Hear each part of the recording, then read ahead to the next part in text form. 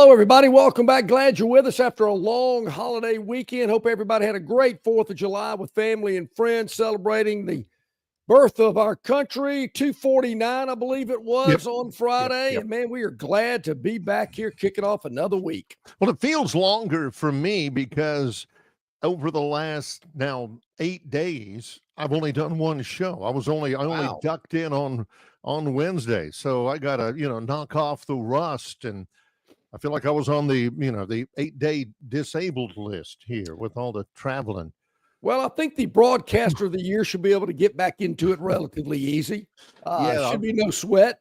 Last week, I was in Greensboro, North Carolina. Dee and I were in Greensboro for the NSMA awards banquet. Got back to the Wednesday show. Thursday, we hopped a flight to ended up in Bloomington, Indiana for 4 days of a family reunion.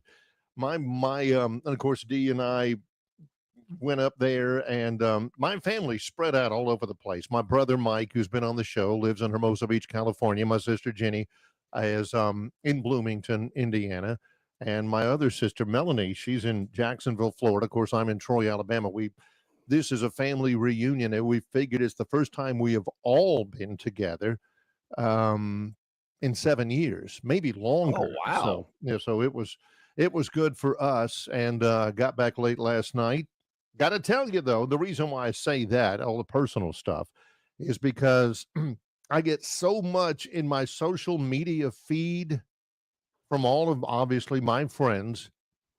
Man, went to the Braves game over the weekend, or during the week, or, finally got a chance to catch the Braves at Truist Park. Couple of my friends went to Chicago to see the Cubs play, and just Major League Baseball all over the place. I feel a little bit badly because I didn't pay attention to one thing in the world. Don't feel so bad. I mean, a little family reunion, little R&R. I don't think you would have liked what you saw anyway. If you did watch the Braves, we'll get into that a little bit later. I'm sure we will. Believe I did what one of my children said, "Hey, Dad, look, there's Barry. I think he's in Indiana." Saw it on something, Facebook, whatever. Mm-hmm. Showed me the picture, and I went, "Wow, I did not realize he was going up there." He didn't tell me. But I do know he's got a sister that is in Bloomington, Indiana. And so she showed me the picture, and I'm looking at all the people in the picture. I'm thinking, ooh, that's got to be Barry's sister. They kind of look alike. I can kind of tell the resemblance there. Obviously, I saw Dee, your wife. I recognized her, and it must have been maybe some of your sister's children, maybe, or something. My brother's children. Yeah. Okay, so it was a great picture. I was thinking, I don't think I've even been to the state of Indiana. Do you fly into Bloomington, or do you have to go to Indianapolis and drive? You have to go to Indianapolis. Actually, we found a deal, and we flew into Louisville, Kentucky. Flew in and out of Louisville, which is about 2 hours away. But the picture was from the 4th of July parade in Bloomington on the city square. Oh, everything like that. The highlights, of course, you had the Shriners out there. Oh, yeah. You had every fair to medium-sized city or larger that has a parade. Where do they get all the Scottish bagpipe guys? The pipes and drums are coming through there. This is Bloomington, Indiana, center of the state in Indiana. And, man, they had a full squadron, I guess, of guys in kilts and knee socks and playing the bagpipes. And I'm thinking, where do you? I think there's a group out there. Yeah. How big of a city is Bloomington? It's maybe a little bit smaller than Montgomery. Okay. It's a little bit like Tuscaloosa in size, anyway. But it's only about an hour away from Indianapolis, and that's where floats and rides. Were the Shriners? I remember back in the day. I think I've told this story. I was really young, going to a game in Tuscaloosa with my parents, and I never forget a Shriner and a UP got in a fight in Tuscaloosa, like on a street corner. But the Shriners used to drive down the street in little mini bikes. Yeah, or on the little go-karts and stuff. Yeah, and these guys weren't on go-karts or anything like that. But and some of these guys had some pretty big backsides. I mean, those mini bikes were supporting a lot of weight. Yeah, that's like a mini bike for a kid. But I've always thought if you want to do a television commercial for shock absorbers, follow those guys around, because those shock absorbers were heavy.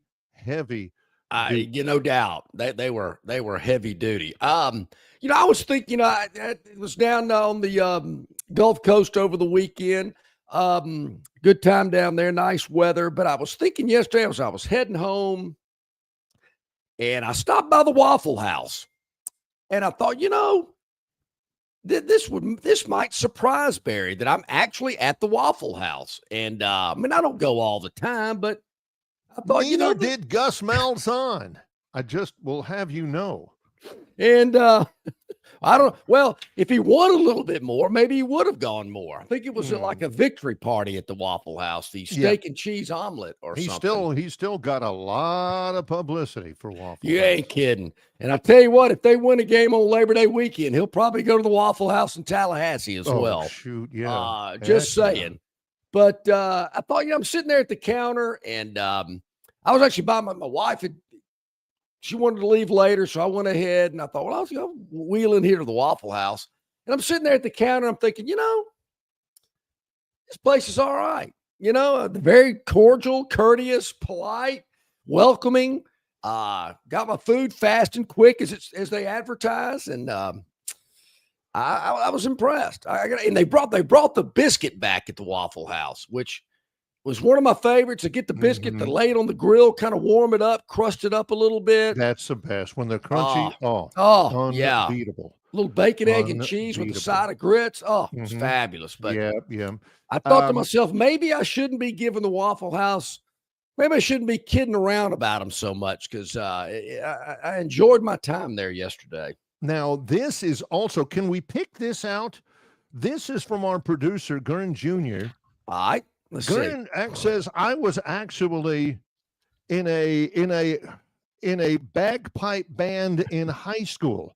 Check that out. These, anybody can pick out Gurn Jr. You're a better man than I, because I'm not sure if the focus was, it didn't look like it anyway, if the focus was really on quality bagpipe play, or who gets the next round, And I know this is high school and all that. Sure. I want to know, though, Barry, I'm looking at the picture right now. I love the Stetson hats that a few of these guys. I know exactly. I've picked Gurn out. As a matter of fact, Barry, he is playing the bagpipe.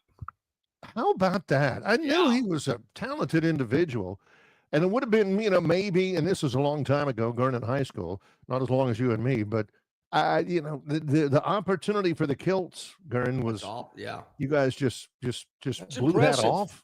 That is it probably had a hard time just finding the bagpipe, the kilts. Yeah, I imagine there's not a whole lot of there's not a whole lot of bagpipe shops. That's good stuff there. I like that. What's that shop that was by the old WAKA Arts Music Shop or something? Yep, sure was out on the boulevard. Yeah, I don't remember they don't stock bagpipes. Yep. How about Gurn? How about that? Good job there, Gurn. Yeah. That is a classic photo. Mm-hmm. Those guys are having a good time. Now, who's this guy walking by in the front? He doesn't seem very impressed. Maybe he got kicked out of the band, it looks like. Yeah, right. Not all right. So the River Region Straw chat line going at it early today. As Chris is already in. Terrence from Ocala, Florida today checking in. Terrence, thank you. Yeah, we might have to save this one. But if I followed anything, if there was any back chat about anything over the weekend in sports, it was probably this. Bill from Baltimore. My wife kept chirping all weekend with her Orioles, who are not good this year, sweeping my Braves. Yeah. And the 5 words at the end I want you to carry with you, Braves fans. Just not the Braves year. I know what John says. John says we're not even to the All-Star break. Yeah. We're getting really close, but I'm here to tell you, the All-Star break ain't got nothing to do with it. All-Star break, small star break. Yeah, that's right. Did Acuna, Barry, I believe Acuna didn't play yesterday. I mean, can we use that as an excuse? Well, he didn't play in the first month of the season. So I'm telling you, we'll save this for later just to give everybody a more full context on how the Braves are actually doing and the difficulties that they are having right now, because it requires a lot of context into just how bad they've been, but it also will not include any more excuses. I believe, if I'm not mistaken, the All-Star break is next week. The same week as SEC Media Days. Actually, the All-Star game I believe it's in Atlanta this year. Yes, it is. So if anybody wants me to go with them next week while we're at Media Days, I might be able to squeeze it in. I don't know. If anybody wants to watch a game if anybody wants to watch a game in Truist Park with a talented team that's going through the motions, you've had many chances already, but you can do it with the All-Star game. So you made the statement that you really just didn't pay a lot of attention to the Braves or Major League Baseball. And I got to tell you, this one slipped past me because I did see the Braves play in the LA Angels, like maybe it was 4th of July or Thursday of last week. I don't know. But I do remember watching a game involving the Braves and the Angels. I did not realize the Orioles were up next. My nephews are big Atlanta Braves fans. They're like 7 and 5. And they love the Braves. They had their Braves T-shirts on all weekend. Oh, nice. Some of the names on the back of the shirts I didn't recognize. I thought, does that guy play for the Braves? But I just didn't say anything. Yeah, that's like Longshore. The names he'd recognize would be things like Pocoroba. Yeah. He might say, "Oh, Murphy." Yeah. That's right. Well, the dude with vertigo. There is a guy for the Braves, number 12. That's Murphy. He had a home run the other night. Sean Murphy, yeah. Yeah. And I went, is that Dale Murphy's kid? What's up? But Sasky. John would not recognize as Sasky, but if he had a Braves jersey that said "dude with vertigo" on the back, don't say, I know that guy. Sure, I know that guy. So anyway, they've got this channel that my brother-in-law stumbled upon, and it's like all it is highlights. There are no, visits to the mound. There's no this stepping out of the box. There's no play-by-play guy telling a story about dinner the night before. It is consistent, just highlights of the games, and it's compressed into a, 30-minute, 60-minute deal. And he put those two young men, those boys in front of the screen, and they were sat there and were mesmerized. They had no, I'm not sure if they knew the game had already been played. They know all the players. They get the whole deal. Some Brave player hit a home run. Hey, Dad, so-and-so hit a home run. I mean, it was great. I'm thinking, this is great. Watch a game in 30 minutes. It was awesome. This is nothing against your nephews at all out there. They're wonderful young people. This is not a personal observation. But when they get older and they're still watching that and they're 12 and 13, hey, let's see what the Braves did last night. And they can watch it in 30 minutes. They will no longer be temperamentally suited to sit down and watch the actual game themselves. They'll be 18. Like their uncle. They'll be 18. They'll be 19. And they're sitting there. Okay, well, have we ever watched a whole game? A full game? And they're sitting there in the first inning. The pitcher's, rubbing up the baseball, and the third baseman scratching himself. And those two kids are looking at each other going, really? This is what it's about? Can we... When I grew up, what's that guy doing? Why's that fat guy visiting the mound and talking to him? Let's go. Games lasted 30 minutes when I was a kid. Now they last 3 hours. What's the deal? Bringing up your kids with that? Yeah. Good luck taking them to beautiful. A game. Like, I'm going to tell you, though, they were glued to the screen. I mean, they were mesmerized because it was just constant action. And I kind of looked at it. I went, man, now this is how you watch a baseball game. I don't know if it's MLB Network or where you find it, but I was impressed. It was some good stuff. All right, let me make something. This is also like this is like way back in the day when John would watch college football replay. one of the best things out there was when they cut to Joe Tess and he says, due to time constraints, we'll move forward in the action. John's like, good. Yeah. Man, nothing happened good in the third quarter. Let's go. Oh, that's what I love about the Red Zone on the NFL Network. Man, it's awesome. Yep. All right, look, I see you working here, Theotis. All-star break, small star break, longshore, smongshore. I get it. But I've had a long-standing tradition. Don't hit the panic button till the all-star break. Now, I know we're getting close. We're like a week or so away, so the Braves have got to make up a lot of ground in a short period of time. It's not impossible, but I'm not ready to throw the towel in just yet. And I know what you're saying. I mean, you look at the latest standings. I mean, the Washington Nationals are the only team behind the Braves in the NL Eastern Division. The Miami Marlins, for Pete's sake, are in better shape than the Braves are today. The Nationals over the weekend fired their manager, fired their general manager. That's what's coming to the Braves. We'll talk about that a little bit later on. Yeah. Even John from Wetumpka. Braves are done. Fans are calling for trades, firing, and looking for new owners. Come on. No. Yep, it's that way. I'm not saying push the panic button. I'm saying give up. Just give up. Just forget it ain't happening. Can Bobby Cox come back? Leo Mazzoni? I mean, come on. What are those guys doing? I'd take Noel Mazzoni right about that. All right, so I know what people are saying out there because Barry goes, well, I know we got to talk about baseball, and I know that's what people have been texting and tweeting about. No. What they've been texting and tweeting about, the number 5 has something to do with it. Man, my phone has been blowing up over the last 4 or 5 days. So I guess we'll talk about it. We'll get into that when we return. Plus a lot of other stuff as well. Of course, the fabled Gurren Jr. Victoryland 777 Topic Wheel, the Phantom's Daily Dog. We'll get to that as well. Lots more to get into as we get back in the swing on this Monday after a holiday weekend. He's John Longshore. I'm Barry McKnight. It's Longshore and McKnight in association with Yellowhammer News, presented by Bud Light. Located just 8 miles north of Alabama's state capital, Capitol Hill features 3 18-hole championship courses. With more than 1,500 acres of golf and nature, the pure magnitude of this facility is amazing and allows each course to be drastically different from the others. Capitol Hill also features an innovative 360-degree driving range, 400 yards in diameter. Capitol Hill offers a fully stocked pro shop with the latest equipment and apparel.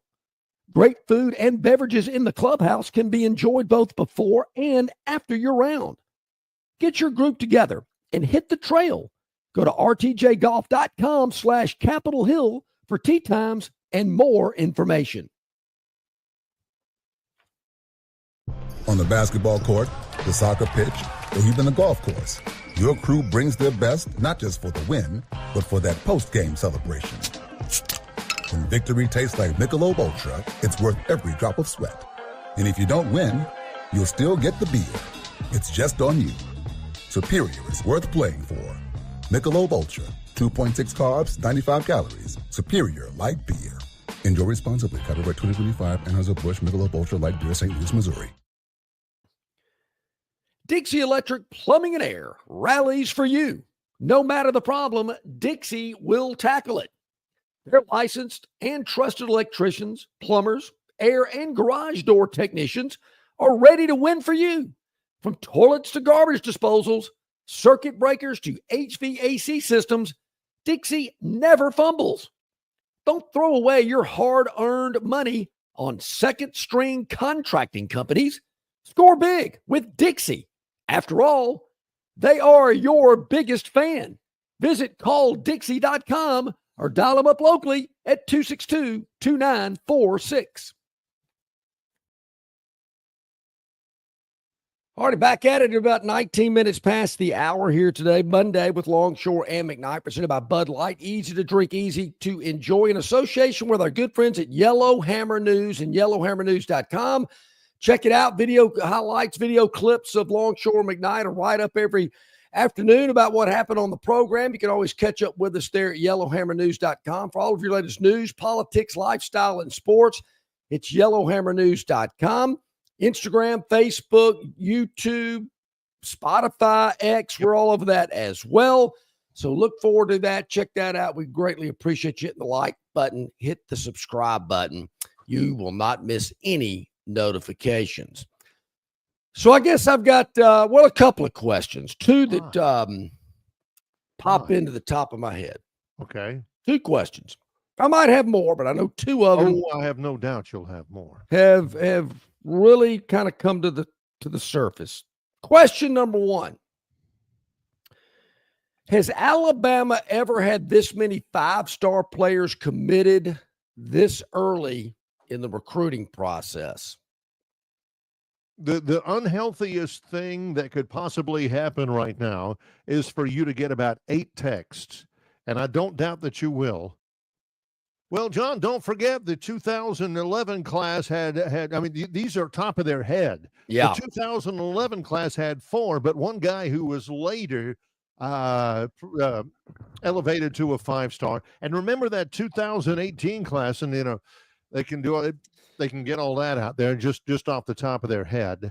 And I'm looking for that because I tried off the top of my head thinking, Saban had a lot of 5-stars in his 17 years, had some great classes. And maybe he had 5-stars on signing day. Mm-hmm. And that's when it matters. But I'm wondering, 4th of July, did they ever have 5-stars committed? At that point, I just don't recall them ever having that. It's all subjective, and I'm not doubting you or anything, but I'm looking here at 24/7 Sports, their recruiting rankings. There's also On3. There's still Rivals and all that kind of stuff, although that's going to merge in a little bit. Yeah. Alabama is number 5 in their recruiting rankings. If you've got 5, and according to 24/7, they've got 4. Yeah, what do they know? 4 stars. What do they know? Yeah. But you take a look at the top 5, and Alabama's number 5. Number 1 is USC. They've got 1 5-star. Number 2 is Georgia. They've got 1. Number 3 is Texas A&M. They've got 1. Number 4 is Notre Dame. 25 commitments. 0 5-stars. Yeah. Then you got Alabama in at number 5, and I'll go ahead and give you the extra one. They've got 5 5-stars. Do the rest of them stink? I mean, how can you have 5? How can you have more 5-stars than the top 4 teams in the country combined? And you're number 5 in the recruiting. Well, that's a great question. I asked that myself. All their money in one place. Are they getting these 5 and then, tossing out change to the other guys? We'll let this 3-star walk on. I asked that same question. I'm told it's the total number of commitments. Southern Cal has 31. Yes, correct. Alabama only has 19 at this point. Notre Dame has 25. A&M has 24. Georgia, 27. So the number of commitments, you add all that up, and it comes up with some higher number, some formula that they use. So that's why you have Bama at the 5th position. But I think what's really caught people's attention is the number of 5-stars that they've really been, a bunch. On a run there. Our man John, he has been working the Longshore and McKnight at gmail.com email inbox. John, really appreciate that with some recruiting news over the weekend. Sent an article about Mama says, hey, it ain't Nick Saban doing the recruiting. That's right. Let's give some credit where credit's due. It's what Mama says. And hey, if Mama says it, then I'm not arguing. Except when Mama says knock you out. I don't know who's in charge. Maybe it's Courtney Morgan, who's the general manager who kind of oversees all of that stuff. He had a tweet over the weekend. I did see that where it was something along the lines of, you ain't seen nothing yet, or it's only just begun, or something like that. Keep talking for a moment, because I'm hitting the load more at the bottom of the ranking. Whoa. And it's taking a long. All right, let me hit load more again. Yeah. Let's see. In case you're wondering, Auburn, again, 24/7 Sports. Auburn is in very solid, very comfortable 86th ranking. Number 86. All right. 0 5 stars, 2 4 stars, 5 3 stars. 5 of their 7 are 3 stars. The funny thing is that is the first time, if you want to check numbers and history, that is the first time that Auburn's recruiting ranking is lower than the score Hugh Freeze shot yesterday at the Auburn University Club. I was wondering when you were hitting the load more, was that the USGA Gen website where you post your handicaps? Or was it the Auburn recruiting rank? Yeah, I'm on the Rivals on 3 site. Bama with 5 stars in the 5th position behind the same 4 teams that is on the Rivals website. And I'm like you, Barry. I'm having to get down here into the load more section. But here's my second question. This is from Curtis, and he did say this. Yeah. Auburn is the highest rated team with only 7 recruits. So out of all the schools in the country who only have 7 recruits, Auburn has the highest rating among all of those. Curtis, I leave 86. Thank you, my friend. Very well done. Hey, Barry, they're in the 80th position in the Rivals and on 3, so they got that going for them. There you go. But here's my second question. At this point, July the 7th, did Brian Harsin ever have a class at number 86 in the rankings? Now, I know we had a quarterback with a QBR rating of 86. 86, yeah. But I don't think Brian Harsin ever had a class rated as low as 86 at any point in time in his career at Auburn. I'll admit, I did come up with the, hold on, I got to hit the load more button to find it, but I don't believe it was at 86. Because both Rivals and 24/7, when they go through the team rankings, and they got a tab right at the top of the screen, when they go through the team rankings, they only give you the top 50. And if you want to go lower than that, you have to hit load more. And for some reason, it seems to take forever. Especially, I guess, because Auburn fans are ticked off that they even have to hit that link. I guess the thing is, you do not want to support a team where you've got to hit the load more button. That's not what you want. Well, you can have a couple of things that you can look at. This is also what disappoints me a little bit. What'd you say, Alabama? Anybody yet? This doesn't disappoint me, but anybody yet come up with a response to John's question? Has Alabama ever had, and here we are in early July, there can be more, a season with 5-star commitments? This is back in the day when you were only limited to 25. Now you can sign as many as you want, as long as you don't sign over 85 total. But also, it's a banner year. They're top 5. Admit it, Bama fans, you were worried. You were worried when Saban retired, the championships, blah, blah, blah. You wanted to win those recruiting national championships. What happens, man, now that the GOAT is gone? Oh, are we going to be, 15 in the nation in recruiting, 20, something like that? Boy, DeBoer, he's not from around here. I hope he understands recruiting in the South and blah, blah, blah, and this and that and all that. So, okay, those questions are being answered, and they're being answered in a very positive fashion. So, my point is, what do you get on TiderInsider.com? Oh, yeah, it's been great. Marv posts last night at 7:37 p.m. my not completely uneducated take on what is happening at Auburn.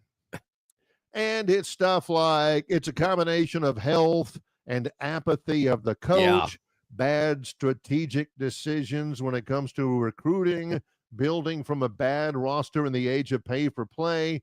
It's not going to be pay for play anymore. And almost 15 years without relevance outside of the very occasional miracle at Jordan-Hare.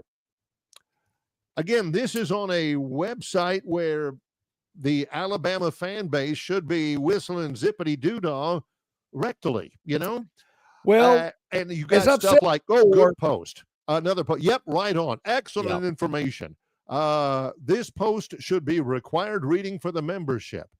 No, the post that should be required reading for the membership is Rodney's Firecracker 5. Hey, and he was 5 latest for from 5. T.I., stuff like that. Yeah, I'm glad you brought that up. Rodney, 5 for 5 on the Firecracker 5. Well, personally, and I love Rodney, I don't think he deserves as much credit as Kalen DeBoer and Courtney Morgan, because he could probably have had a Firecracker 8 or Firecracker 10, and he might have hit all of those, limiting it to just 5, because it just seems to me Alabama's getting everybody. If they want, I can't remember, and Sedarian Morgan and some of those guys, obviously high profile. I can't remember.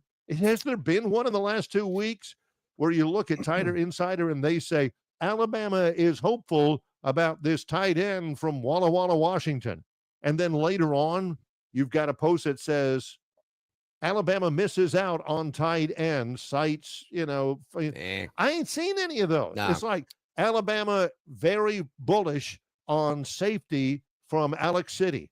You can bet the next day, safety from Alex City announces commitment to the Tide. Well, I will say this. I'll admit it. I was one of those guys, Barry. I was skeptical that DeBoer could recruit in this part of the country. I was very skeptical about that. Obviously, he can. So far, can he sign him? We'll see. But I was in that boat. I mentioned this last week. Yes. Did at some point in time, maybe 4th of July, maybe the next day, in front of the whole family, when I knew they'd all be able to hear me, hey, Junior, Bama get another 5-star today? Right in front of the all brother-in-laws. Yeah, just little needle shot there that I thought, man, this ought to go over well, which it did. It kind of played out like I thought it would. It was fun. I remember there have been times, look it up, and I'm not being critical, there have been times in March and April, back in the old calendar, where I would be able to say, man, Bama only has, 5 commitments? 23rd? For some reason, I do remember they were 23rd 2 months after the season when 23rd in the recruiting rankings? Yeah. And John says, oh, wait. He says, this is what I bet's happening. Saban's got, how did John position? Saban's got some understandings with some of these guys. Exactly. Hey, look, I tell you what. Okay. We've offered you. You want to sign with us? Wetting your pants to sign with us? I get it. Brakes. Now let's wait. Let's wait. Go ahead and commit to Auburn. No, stay with. Go ahead and commit to Auburn. War Eagle, Bata, all that stuff. Do all that and everything. You get a tattoo on your arm. Yeah. And then right before, we'll tell you when. We'll call you, tell you when. We'll text you. Then right before signing day, flip your commitment. Okay? All right, good. Okay. That used to happen. It doesn't seem feasible that that's what Freeze is doing right now. Yeah. Hey, Sedarian, good job on that. Good job. Boy, you look sincere in that press conference and everything. Now remember, it's August 1st, okay? August 1st. That's right. Go ahead and, I don't get that sense. Well, I was checking out Tighter Insider because I knew there'd be some zingers. But, it's 4th of July. They got to humor themselves. They're all happy and giddy, and they're going, okay, we got them. Now, how are we going to entertain ourselves the rest of the holiday weekend? Certainly. A couple of information. Toward the Aubs. So, after I checked out Tighter Insider, I went to buy to get a message board. Oh, it was even better. Here's a few. Auburn does it to themselves over and over and over again. I love this. John Cohen, the AD, grew up in Tuscaloosa and is a lifelong BAM, and Auburn hired him. I'm thinking, really? So they really think that? He's trying to. No way. Cohen has sabotaged Auburn football. He grew up an Alabama fan. I'm thinking, these people have got to be kidding me. Oh, and also this. No. Teresa and I are leaving Sunday for a week's trip to Nassau. More on that later. How about this one? To the Turds. Nice. They clearly are not playing by the rules with so many 5-star commitments in such a short period of time. Absolutely crazy. Auburn has something extra to celebrate this 4th of July, landing a commitment from a 3-star tight end from Middleton, Georgia. 6'4", 210 pounds. He's rated as the number 1,240 player, the 65th best tight end, and the 134th best player from the state of Georgia. Look, numbers are are just 133 better players in Georgia, and they're chasing this guy. Well, there's 1,239 better players in America. Oh, I don't know. They got a player from New Zealand, so I guess you got to go worldwide. Yeah, you got to go worldwide now. Bear in mind this. There's nothing wrong with finding a diamond in the rough and taking a chance on the number 1,069th or something like that player in America. No problem with that. If you're Northwestern, if you're Wake Forest, Auburn, SEC, maybe calibrate the old sights a little higher, possibly. Oh, well, So there again, early July. Yeah. Don't get too giddy. Don't get too down on your numbers, on yourself. Yeah, numbers, schmumbers, Theotis. Yeah, numbers, schmumbers. I totally agree. I'm just one of these guys. Just it's too early to panic. Just don't panic. You say that about the Braves, and you say about Auburn recruiting, and I'm not sure that you are sincere about either one of them. Real quick, as we go to break, Robbie from Greenville is up early, which means nothing but good things for this show. Love it, He Robbie. says, when will you have Phil Steele on your show? I cannot wait to hear him talk about Alabama in DeBoer's second year in the college football playoff. Robbie, what about Auburn? What about Troy? Well, we're going to certainly run the gamut. There's good news, Robbie. Yeah, I will get in touch with Phil's people today, Robbie, because this is the week that they have let me know that Phil is going to start doing those type of things. So we'll get his schedule, and we can certainly work around Phil. We'll let you know, Robbie. Don't you worry. When we get Phil still set up, you and Dennis will be the first to know. Yep. About love that stuff. Phil's appearance on the program. Of course, next week in SEC Football Media Days, we'll have a lot of interviews as well. The great thing about what they're doing now, Barry, because they don't call it Radio Row anymore, because the conference realizes radio's dead. It's dying. That's why you see John and Barry on this platform. What they call it, digital. What was the name of it? It's not Radio Row anymore. It's Digital Drive or something. With it. Digital domain, digital DAC, digital. Anyway, it's all that stuff. I don't agree that radio's dead, but I do think that it was time for them to change it, because so much of it is also internet, shows like ours on YouTube, on video. Is it Digital Drive? Is that what the name of it is? That's the Digital Drive. I think that's what they call it now. But anyway, so we'll have a lot of interviews that we'll be able to get throughout the week that we can play at later times throughout the remainder of the summer as well. So that's going to be a lot of fun as well. And I will let you know as we go to break, because we were scheduling that. We got a big lineup on the TV side as well with CBS 8 and ABC 32. We'll be doing a show every night from Atlanta live. It's going to be a long day for me, because it'll be 11:15 Eastern time, 10:15 Central time. We will have a live 20-minute recap of SEC Football Media Days each and every day that you'll be able to check out. We'll tell you more about that next week as we get that kicked off, but I do know that will be a part of what we'll be doing. We'll have cut-ins throughout the day as well, so get ready for that, because that will be a lot of fun. I like watching when it happens, because like when it comes up, it'll be, all right, Lindsay, let's cut this in one take. I got a tea time at Eastlake. Let's get moving. Here we go. Yep. He's John Longshore. I'm Barry McKnight. It's Longshore and McKnight in association with Yellowhammer News, presented by Bud Light. You're not buying sticks, stems, and pine cones. You're buying premium long-diddle pine straw from River Region Straw. Kenny and his staff have access to the best pine straw in the River region, full of color that will last all season long. Kenny has locations in Montgomery, Prattville, and Auburn, and no order is too big or too small, from a few bales to an 18-wheeler trailer load. Pickup is available, or your order can be delivered. They can even spread your pine straw if you like.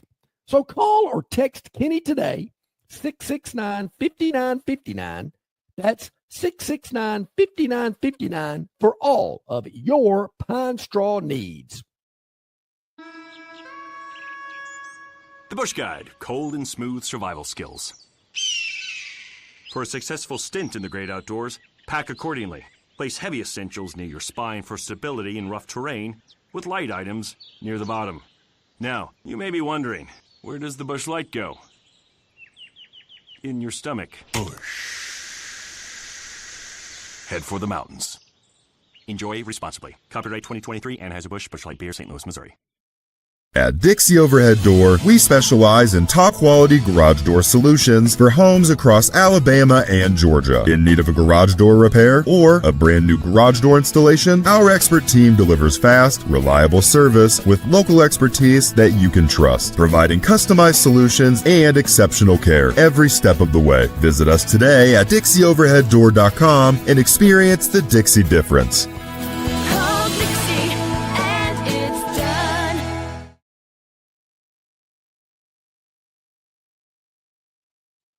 Okay, back at it here on this Monday, 20 minutes to the top of the hour. Bill from Baltimore. Yes. With a very interesting question at 7:37 this morning. Excuse me. Since John loves future schedules, that's true, which is a pure and abiding love, I was wondering what Auburn is going to do with UCLA canceling their series in 2 years. Do you recall any other games that were scheduled but didn't happen? I do. I'll address that first. Before we get started on this, I get to tell this story. This is way back when, before John and Barry were even a thing, if you can even remember that far back. When Terry Bowden got the head coaching job at Auburn many moons ago. Yeah. No. When Terry Bowden lost the Auburn job. Correct. Many moons ago. The 20-0 start was a thing of the past. And he had fallen out of favor. Bill Oliver had to come in and finish out the season. And then the next year, you'll remember, Tommy Tuberville was hired. Great. Yep. And during the offseason, somebody asked Terry's dad, Bobby Bowden, the all-time winningest coach in college football history, who happened to be the first team scheduled to play Tommy Tuberville and the Auburn Tigers, who had freshly fired his son from the job. Somebody asked Bobby, he says, "You going to run up the score on Auburn because of what they did to Terry?" And Bobby Bowden said, "Oh, not too bad." So, yeah, John got a lot of mileage out of this because, Florida State was not ultimately the first team that Tommy Tuberville played. They were, in effect, in truth, the Mountaineers of Appalachian State.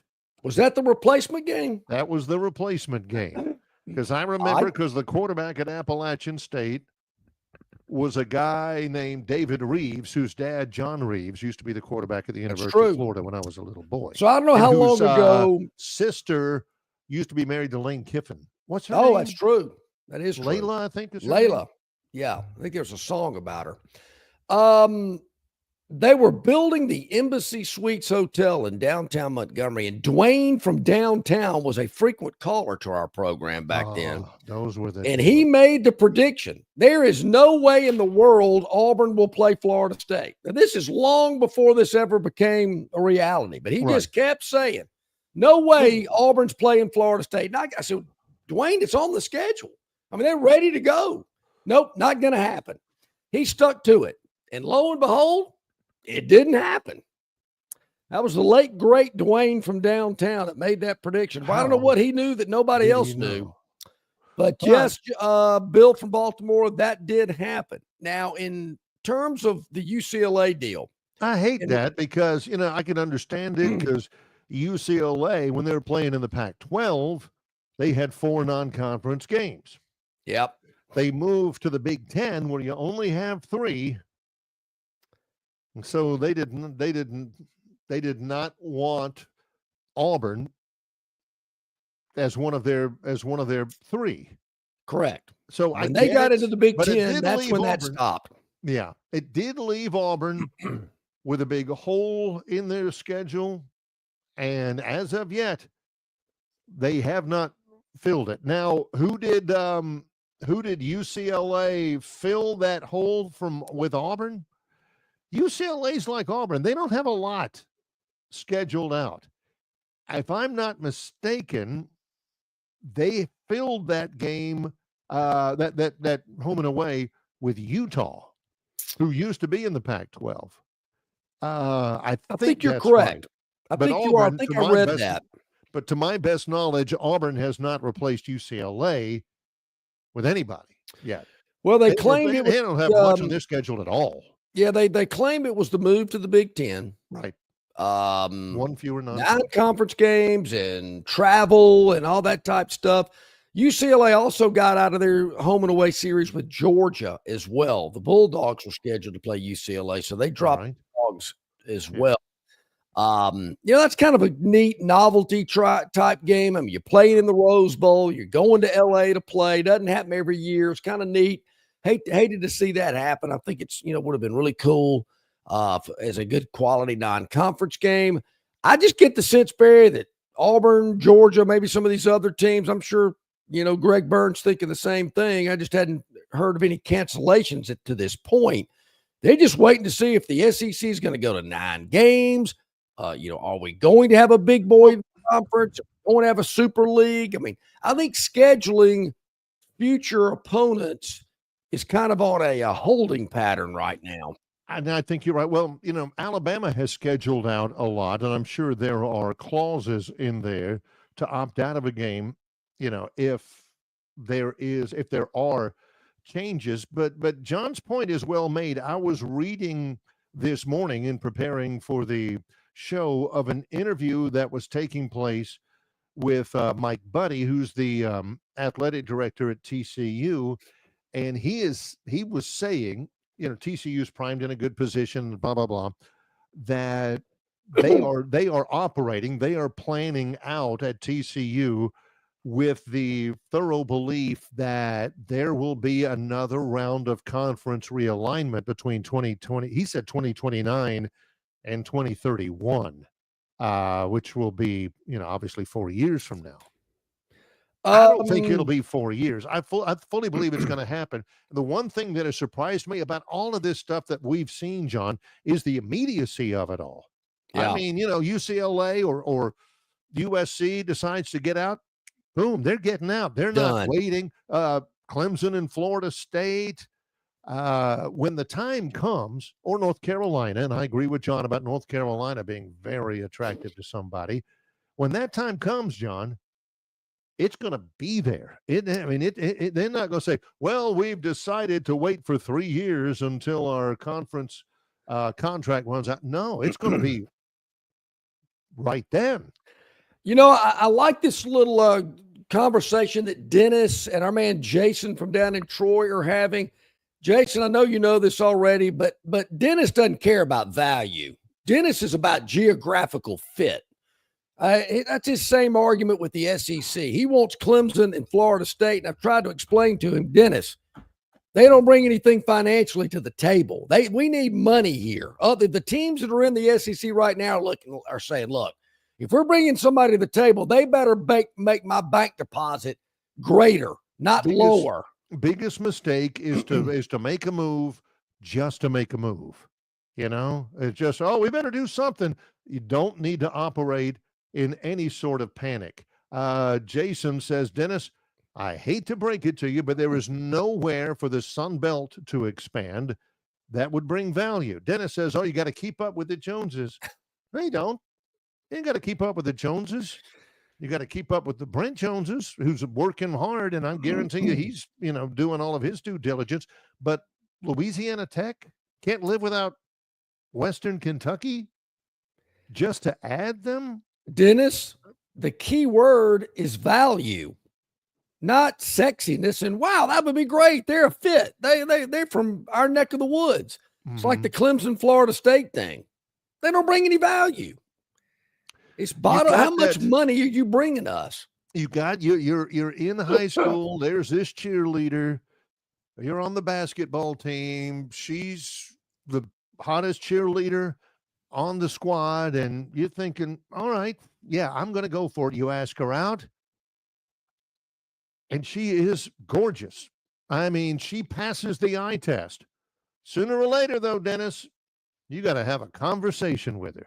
You've got to talk with her. You've got to find some common ground, subjects that you can discuss. Maybe you'll find out you like the same movies or something like that. So if they pass the eye test, that's great. But as Jason says, she's got to bring some value other than being easy on the eyes, right? Well, Barry, years ago, Dennis Mitchell gave us his 5-point list of the criteria of what it would take for a female to be asked out on a date. And that has held firm. It is a bullet point list.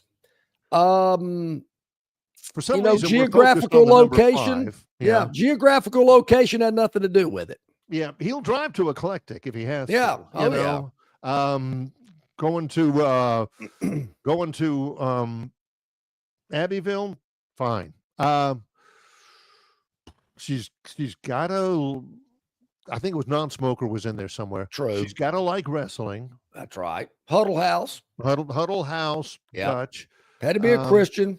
Yeah. No drugs. And somewhere around his age. And if she's not really around his age, she got to be younger, Yeah. I mean, No doubt about something like that. And, you're hard and firm with those, and you stick to your guns, John. If she doesn't fit those criteria, don't go out with her just to go out with her. Yeah. Don't add them to your conference just to add them to your conference. Stick to your guns. That's right. Make a move just to make a move. Yeah. That's a great point. You've got, a list of criteria, bullet points, and you've got to live by them. You got standards, Dennis, and so do these leagues, and you don't want to away from that. Bill, I don't think Atlanta and Dallas are in the future for Auburn or Alabama or many other teams. I think these neutral site games have kind of fizzled out a little bit. I think there are other teams that enjoy doing it. Look at the games being played this year. Why? I think Tennessee's playing Syracuse for some reason. Yeah. Okay. Yeah. But I don't know. That must have been done years ago. But I just don't see that happening, Bill. I think the home and away, that's what the fans want. Look, they're gouging these fans. Give me quality home games. I'm tired of going to Dallas and Atlanta, but I just don't think that's going to happen. Take a break. More to come in just a moment. In association with Yellowhammer News, it's Longshore and McKnight, presented by Bud Light. Why Hands? At Hands Heating and Air, you get this area's highest ranked service provider with 24-hour repair service, no overtime charges, and their same-day service guarantee. Plus, instead of other companies' 30-day repair warranty, Hands gives you a 3-year repair warranty. Hands Heating and Air is here for you 24/7, 365. And service is not just something they do, it's their way of operating, for you in mind. All of Hands employees are trained to adhere to this standard. They work hard to ensure that this standard is maintained, and they are constantly looking for new ways to better serve you. Call Hands Heating and Air today at 508-5382. That's 508-5382, or find them on the web at 834hands.com. All right, man, grab a Budweiser and take a knee. It is the best time of the year. It's baseball season. That means sunshine. It means behind-the-back peanut tosses. And it means sharing some cold, frosty Budweisers with your boys.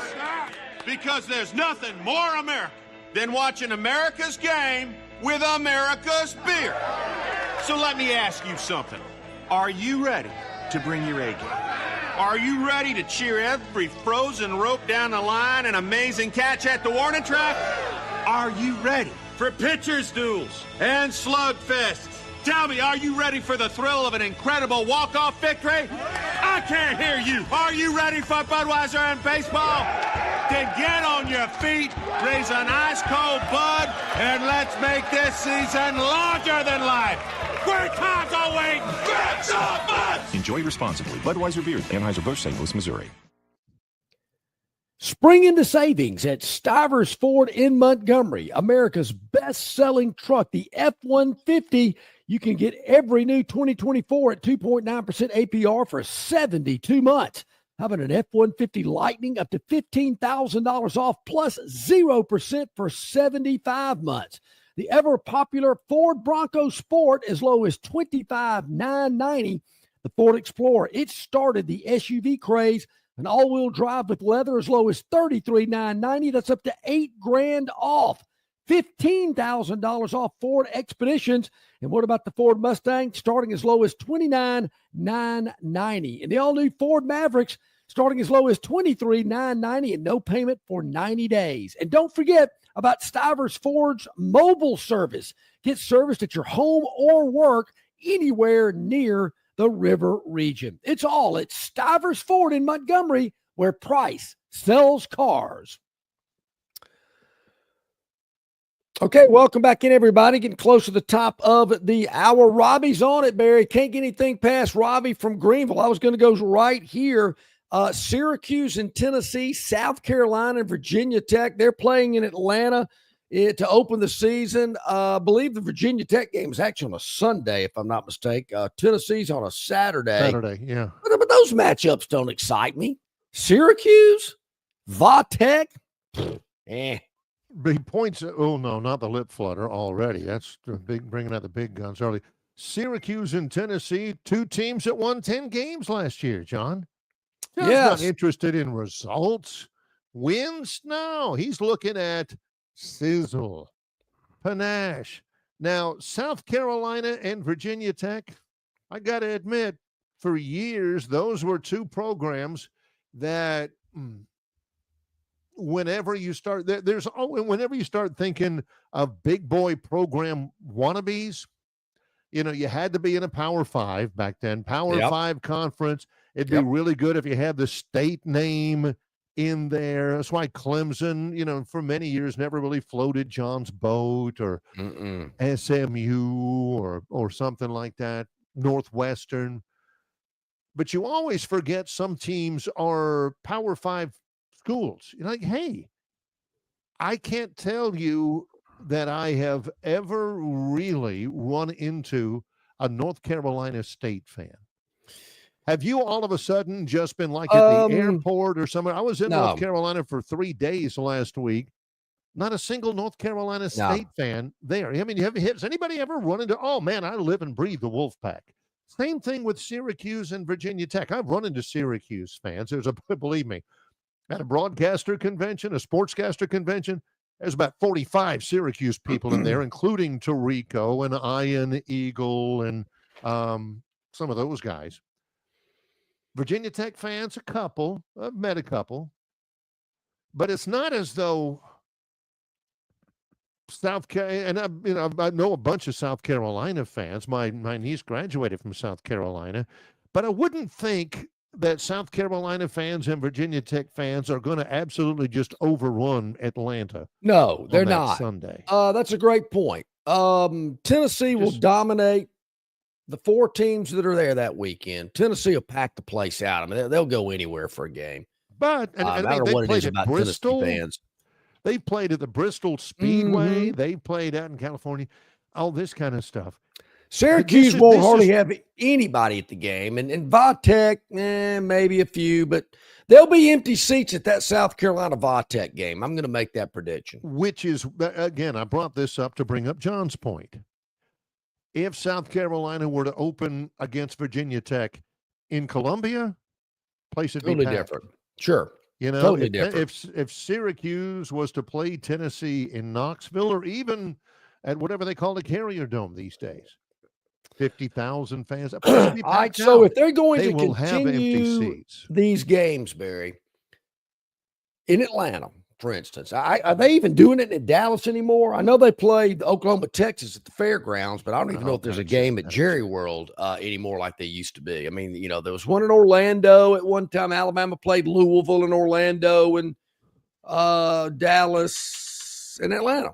So are we going to get to, in future years, Kentucky playing NC State, Mississippi State playing Wake, Arkansas playing Boston College? Is that what we're heading toward? Because if that's good, it'll be over. Here's the opening couple of weekends. And I don't understand this. I've got a couple of friends who are actually at this game that are on the Troy coaching staff, including the head coach, Jared Parker, and the offensive line coach, Caleb Carbine.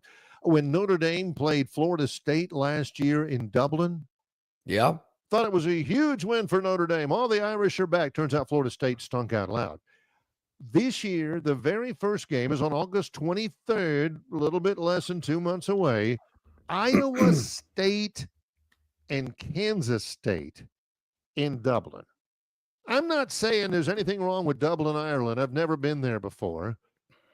But if that was that big of a deal, Dublin, Ireland, the Aer Lingus Classic, which sounds dirty.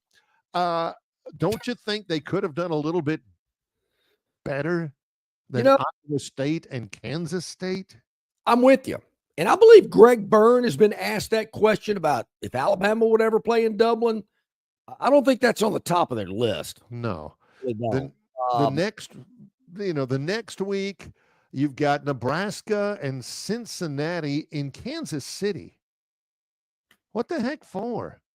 Why you've got App State and Charlotte on that Friday of Labor Day weekend at the Bank of America Stadium on the U. Why do that? App State and Charlotte, both North Carolina teams, playing in Charlotte. Barry, they might Charlotte's home game, so it's not necessarily a neutral site. They might have a bigger crowd than a Panther game. Oh, that would be embarrassing. They might. App State and both have Charlotte were able to. Yeah, we could do that. That'd be kind of rough. Yeah, that's Sunday. The Aflac kickoff game, South Carolina versus Virginia Tech. That's Sunday at 1:00. So, Pastor, let's keep it moving. Yeah, let's go. Let's keep it going. But that's that's what we're getting now. You're not getting Alabama. You're not getting Georgia. You're not getting, Ohio State or anything like that. You're getting Iowa State. You're getting Appalachian State. You're getting Cincinnati. Barry, when those things first came out, I thought they were kind of cool. Maybe because it was just a matchup. You're playing somebody that was kind of, a bigger name opponent. The novelty of it. Hey, wow, it was kind of, I went to Atlanta several times to watch those games. Thought it was kind of unique and fun, but I'm over them. Done it. Dallas a couple times. Great. Awesome. I think the fan base just, it goes through cycles, but I think the fan base really wants great home and home. Get them on campus, go to their campus. A lot of folks I knew that went to Madison, Wisconsin last year thought it was a great experience. Beautiful campus up there. Thought it was cool. Wisconsin gets to come to Tuscaloosa this year. Should be interesting. Unfortunately, the game's at 11 o'clock in the morning, which I cannot understand why, but it is. That's what we're heading toward. The great non-conference. And I hope they continue. I hope we don't, we can't play all these non-conference games because we might be going to 9 conference. We can't be playing all these hard games. Come on. I don't want to hear that. Here's might also win them. What he doesn't want to hear. He doesn't want to hear this, Robbie. Excuse me. Iowa State reached the Big 12 title game. Kansas State is a constant 8-10 win program. Tennessee made the college football playoff last year. Not every good game has to be Texas, Ohio State. I don't understand. This is a quality matchup, and I cannot stand Tennessee. Syracuse and Tennessee is a quality matchup. 10-win teams last year. Yeah. Each one of them double digits. We need Robbie to sit in a board meeting of these television networks and tell these execs exactly what he's telling us. You scared me to death. I thought you were going to say he needs to sit in with Barry one day when John's on vacation. Okay. Because the TV execs don't see it that way. That ain't what they're looking for. It's all about, man, I've got a frog in my throat. Excuse me. It's all about who produces the best ratings. Tennessee, Syracuse, Iowa State. What did they do last year? What did he say? All right. Joe, this is the point to bring up. John, if your life hung in the balance, and somebody said, we are going to send you to the gallows if you cannot right this moment name one person who ever played football at Iowa State University, would you be able to prolong your life at that point? One, anybody who ever played at Iowa State, ever, recently, long time past. I think that proves the point. Kansas State. I know, but that short they've had dude a couple of good, that short running back who played for the Saints all those years, that 5'5", Darren Sproles. Who that old coach they had? He retired. They brought him back. You got to say his name. You can't say that old coach they had who retired and came back. Yeah, he came back after he retired. Yeah, can't think of his name. I can see his him. name's Bill Snyder. Yeah, Bill Snyder. Sure, that's a guy. Come on. That's the point. That's the point. I remember John Auburn had a home and away with defensive end on the 77 national championship team in Alabama. One guy from Iowa State. Johnny Majors?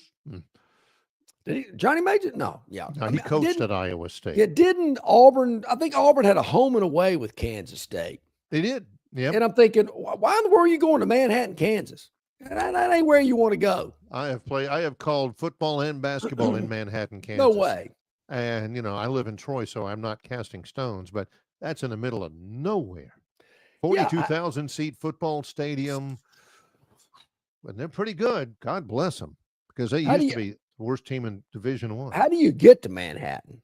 Where do you fly into? We do that? We don't fly into Manhattan. I think it's Des Moines. No. Let's see, Kansas. No, what is that? Wichita or Topeka. Yeah, one of the other. that's another Iowa. I hear these Big Ten people crowing and beating their chest. I heard Cowherd was talking about the other day, and I know he's propping up the Big Ten because Fox is a Big Ten network. Right. I get it. I know how the game's played, but he's just raving about the Big Ten and how great they are, and Michigan and Ohio State and Penn State and blah, blah, blah. And I'm thinking, top to bottom, that league doesn't even touch the SEC, top to bottom. I mean, you get past those two first, and there again, you got Georgia, Texas, Alabama, LSU, all those two. They're just as good. They're better than the Big Ten. But, they've won this and they've won that. I mean, come on. Top to bottom, Big Ten doesn't even come close. Our Troy radio crew once referenced John Longshore, had a conversation about John in the car. We drive from wherever we stayed, Des Moines or whatever. Last season, Troy played at Iowa. I think it was week 3. And we'd never called a game from there before, and kind of excited about it. We drive in, and there's tailgating going on, all the gold, all the black, and all that kind of stuff. And we were noticing that everybody, that some of the frat houses had Caitlin Clark jerseys. Oh, okay. Some of them had, Caitlin Clark posters. They had a Caitlin Clark mural kind of tapestry on the side of the basketball arena and everything. Yeah. It was Caitlin Clark everywhere you looked. And the conversation in there was, see, if Longshore was with us right now, that would be an indictment against the University of Iowa. The University of Iowa has a football team in the Big Ten, and they're all about the women's basketball star. That would be an indictment. You expect me to take them seriously when all they're doing is raising the roof for Caitlin Clark? Come on. Yeah. You can't do that. Gist. Yeah. I see Tobias, and I just got a text as well. Brock Purdy played at Iowa State. He did. There were several good players. Yep. Purdy's just getting paid right now. Their starting quarterback is named Rocco Becht. Yeah, I like That's that a name. heck of a good name. That is a good name. And this is a good one as well. JD, nice get. Joe Kynes memorably had a great halftime interview on ESPN. I want to say it was with that guy Stone. Matt Stone. Matt Stone. Rob Stone. Rob Steve Stone. No, that's Stoney. He was with Harry Carey. Oh, yeah. JD says, and JD remembers when Kynes was the interim coach for somebody, and Rob Stone interviewed him, and he says, we got to stop that little inside trap. You know, we got to defend. Was that Iowa State or Oklahoma State? That was Iowa State. Iowa State. Yeah, the Cyclones. Yeah. So there you go. Yeah, that's a good pull there. I forgot about that, JD. That's why JD's a 2-time caller of the year.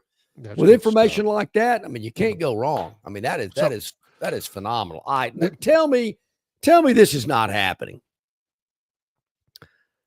Tell me this isn't happening.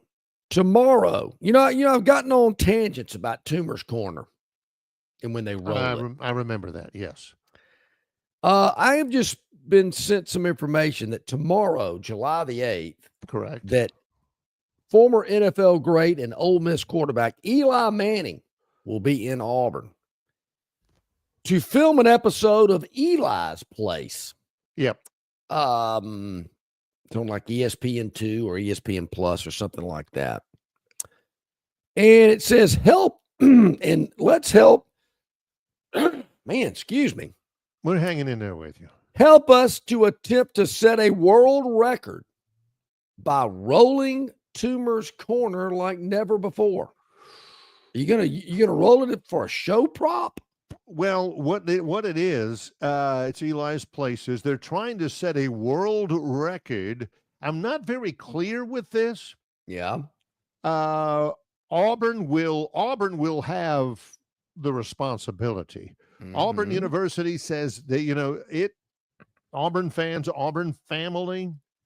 Yes. Will be rolling Toomers next week with Eli Manning in hopes of setting a Guinness Book of World Records record. Wow. It'll be filmed tomorrow, the world record attempt being part of the show. Now, if you're an Auburn fan or if you're a part of the family and you want to represent Auburn well, I guess, you are asked to arrive by 4:30 p.m. tomorrow, 4:30 Central Time. Right. Rolling will begin at 5. Also, you're asked if you are commuting through that area. You may need to just go ahead and forget it all because you ain't getting through there. I'm unclear for two things. Number one, they didn't say it. I'm going to ask it. I'll get clarification. Do you have to bring your own toilet paper? Or will toilet paper be supplied? Because it would be very embarrassing if you're trying to set the world record. And the guy said, no, I brought the 24 pack. Well, supposed to bring 48? Yeah. You're supposed to bring the 48 pack. I only brought 24. Do you have to bring your own, or will Auburn themselves supply the toilet paper? And number two, John, what world record? You're right. What world record? Number of trees papered, tonnage. Number Are we looking at 18 tons or 16 tons like Tennessee Ernie Ford? Are you looking at number of rolls? Is there an existing world record? Is there some place in Bangladesh or something that has toilet papered 76 trees or something? Are they trying to break a record? Are they trying to set a record? Is the record amount of toilet paper? Is it the record squares of toilet paper? Is it weight of the toilet paper? Is it trees papered? I don't know. So here's the deal, Barry. School is not in session unless it's summer school, which is a smaller amount of students. So they don't have a lot of students on campus right now. I find that very interesting. What I do find interesting, though, are the comments that people have posted about this. John is a big comments guy. I love the comments. He has admitted before that oftentimes he won't even read the column by Philip. I mean, by the he won't even read the piece. Yep. he'll go straight to the comments and then backtrack. Read the room. Cancel this event. We roll when we win. That is it. We do not roll for records, and we especially don't roll it for an Ole Miss grad. We don't roll on command. We don't do that. Yeah. Also, I've always thought it is a wonderful tradition. I've defended the rolling of Toomer's Corner to my very last molecule. That's a great tradition in that context when you've won something big or accomplished something. You know, Barry, I'm glad. Loved it. I've been out there. I've been around. I can't say that I've ever thrown a roll of toilet paper in earnest. I probably have when I was a student, but it is a wonderful tradition. It's wonderful to be in the middle of it with all the love and Auburn family, and I won't shy away from that. I'm not sure it's good TV, John. You know, what do you do? Do you have a shot of some guy throwing it? Do you have an overhead look at it? And when it's done, what do you do? I mean, a Bodegetta. Then the city workers have got to come out there and clean it all up. Just think about all that wasted money that the city's going to spend cleaning this up so Eli's place looks cool on TV. Have you ever watched Eli's Place? I have not. This one, though, and I'm glad to know my Auburn brethren are thinking more like me. I knew they'd come around. You don't roll it for just anything. No. This one, tradition means nothing when you strip them of their value and standards for publicity stunts. Been saying it for a few years now. So has John Longshore. No, that's not part of it. But the trend of Auburn culture and community continues to spiral. No, whoa, don't go that far. Wait a minute. Come on, wait not that a bad. minute. Now, I agree with the part. You don't do it on command. Just like Jim Fife, he used to never say touchdown Auburn when a fan would say, hey, give us a touchdown Auburn. And he said, no, I only do it when they score touchdowns, which is a valid point. You don't do it on command, but I'm full disclosure. I got a little nauseous just right here, just right at the base of my throat. Last year, on College Game Day, which I never watched, and I didn't watch all of this one, when College Game Day's guest picker was Miss Terry. And she's up there with Nick, and they're all lovey-dovey. And they asked her who to pick in the whatever the game it was. Alabama was playing somebody. Maybe, heck, I don't know. Alabama was playing somebody. And she and Nick looked at each other and choreographed, turn around, and went Roll Tide.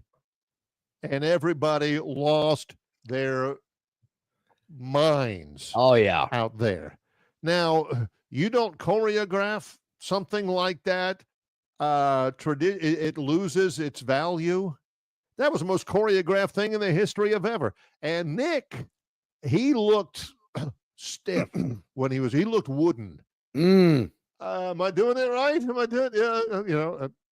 So don't give me all of this whenever it's done on command and all that blah, blah, blah, I don't I wouldn't do it. I will we'll say see this, how we'll see how the paper rolling goes. It looks like based on some of these comments, these people are not happy about it. Kind of like Braves fans. The rolling tomorrow, 4:30. Yeah. I'd be safe and I'd call ahead. Do I bring my own paper? How much do I bring? Is single ply okay? I got quilted. Is quilted going to be a problem for the physical plant people? But bear in mind, the rolling, you got to be there at 4:30. Probably be there a little bit early. The rolling starts at 5, but that's not when it's going to air. They've got to edit it, and they're going to probably get some interviews with some Auburn fans. So I mean, what if I don't know, air later? It's not former Heisman Trophy winner Mark Ingram had a TV show like Eli. I mean, I don't understand why you're doing it for an Ole Miss quarterback. Yeah. I don't think they do it if it was a former Alabama player. This is a bad idea. Here's also, they've got to goose it up just a little bit. They're not going to want to get interviews with just fans. No. They're not going to want to get an interview with just Hugh Freeze. And will he look a little uncomfortable up there? I mean, he ain't rolling too much. Wait a minute. What time is this happening? Because there's some golf got to be going on. 4:30, 5 o'clock. Oh, so late afternoon round? You watch. Bo will be there. Bruce Pearl will be there. Gosh, who else? They got to have some other Auburn equestrian coach. Yeah.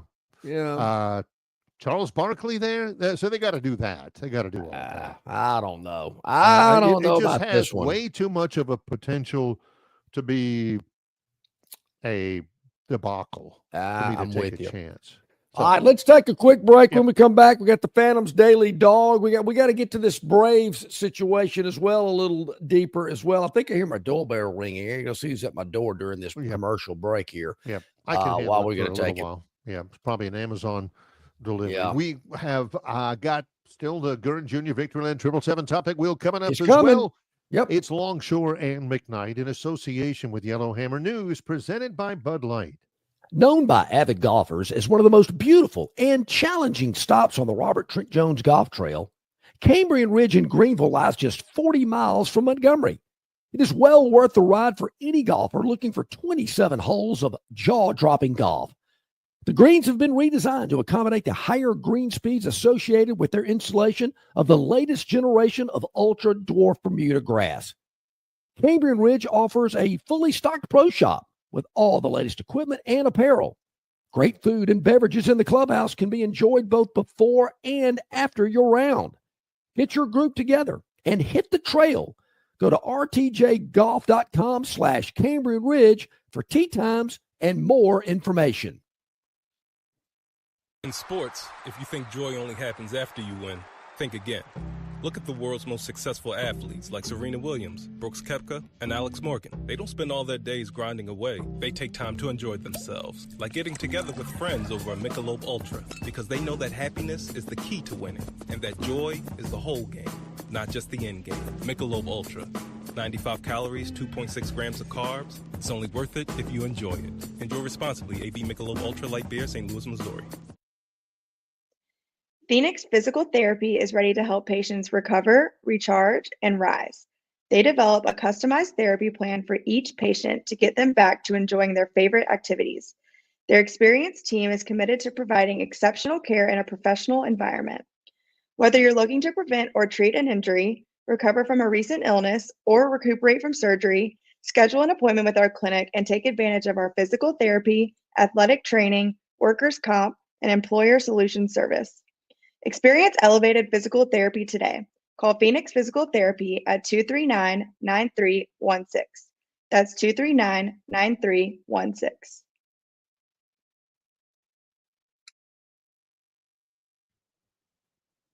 It's great to have you with us. We'll take John off for just a minute. He's answering the door. You know, we do these things at home, right? So we have sometimes that happens. I'm Barry McKnight. John will join us in just a moment. Coming up in just a bit, we've still got tons of programming up until the end of this, our second live hour of the show. You can always watch it on loop. We have so many people that don't get to catch us live, so many of you, and we think it's awesome. You know, when you get up, you put it on the smart TV in the living room, you're eating your cereal, you're getting woke up, you know, chugging some coffee and all that, and listening to Longshore and McKnight. That's a lot of people start their day, get all the latest, and, you know, maybe some other stuff mixed in as well. But you also, if you miss it or if you want to watch it again, you can watch it on loop right here on this very channel. Direct people, the easiest way. How do we get in touch? How do we log into Longshore and McKnight? 3 steps. Number 1, just go to youtube.com or your YouTube app. Just type in Longshore and McKnight in your search bar, and boom, we're right there. Yeah, Number simple. 2, your second step is to hit the like button. Your third step is to hit the subscribe button. And your one bonus step is to tell all your friends. Heck, send us a chat on the River Region Straw chat line. John and Barry, used to listen to you all the time. Been looking for you for months. Here you guys are. You're a lot better looking than I thought you were. We get that all the time. Stuff like that. So just let us know. Also, I know John and the guys have thought this up. Well, John, I can't watch you when I'm driving, and I drive a lot. Got you taken care of. No problem. That's Spotify. Okay. That's get your Spotify app. Same deal. Hit the search bar on your Spotify app. Look for Longshore and McKnight. Boom. Simple. Like, subscribe, you're in. Lots of other items as well. You can watch us on Facebook at Yellowhammer News. You can check us out. We have clips all the time on Instagram, on X, on Facebook and stuff. We got you covered. Just make sure you get the word out to everybody. Barry, I had someone yesterday tell me that they went back and listened to, I guess it was our Wednesday show from last week. That was the only show I was on. But because they were sitting in a parking lot on I-65 yesterday, I-65 North, and my wife got caught up in that as well. I said, man, I appreciate that. That is awesome. Yeah. I said, yeah, but I'm sitting there. Traffic's not moving. I'm a little frustrated. How do I ease my mind? Listen to Longshore McKnight. Certainly that'll do it. That'll calm you down. Yeah. And was in a parking lot on 65. We've talked about this time and time before.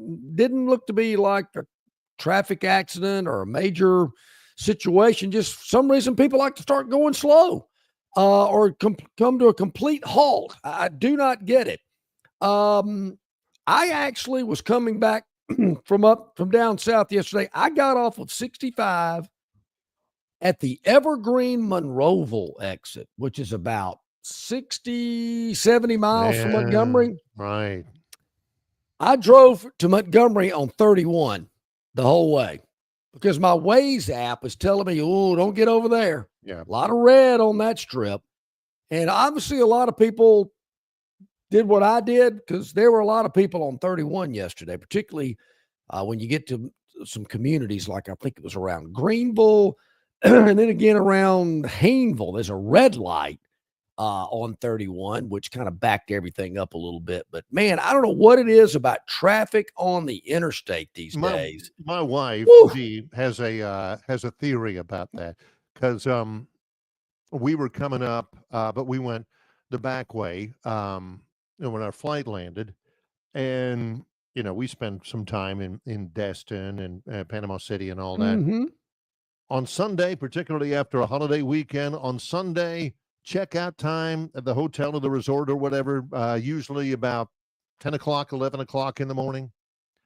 Everybody waits till the last minute, sleep late, they check out right at 11, get in the car with everybody else trying to get in their car and, maybe stop at, and get something to eat. And then they're all leaving.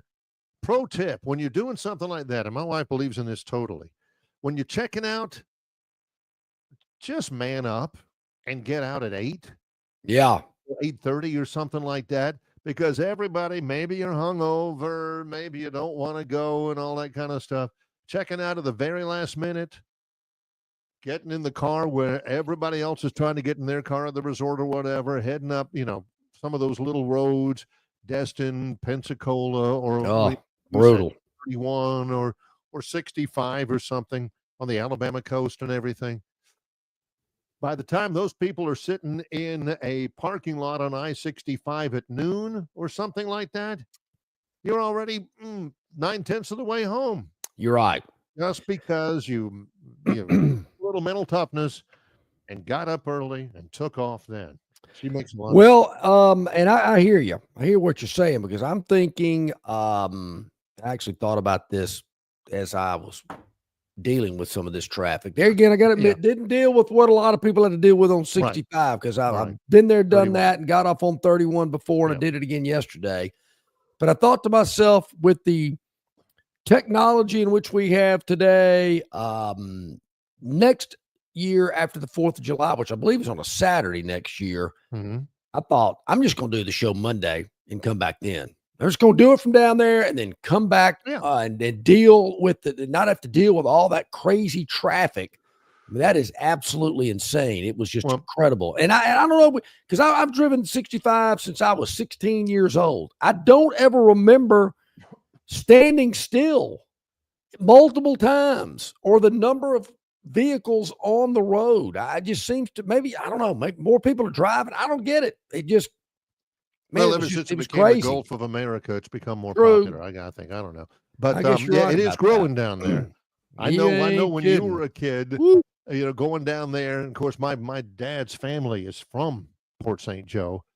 Boy, it don't look at all now like it did when we were kids, does it? It is Not mushroom. even close. Well, all right, before so we take a break, we've got the Gurn Jr. Victoryland Topic Wheel coming up. Yep. John, we owe everybody a Phantom's Daily Dog. Yep, we got it. We have got it for you today. And just got to let you know, our last Phantom Daily Dog didn't come through. It was Cleveland at the Chicago Cubs. That game was on Wednesday.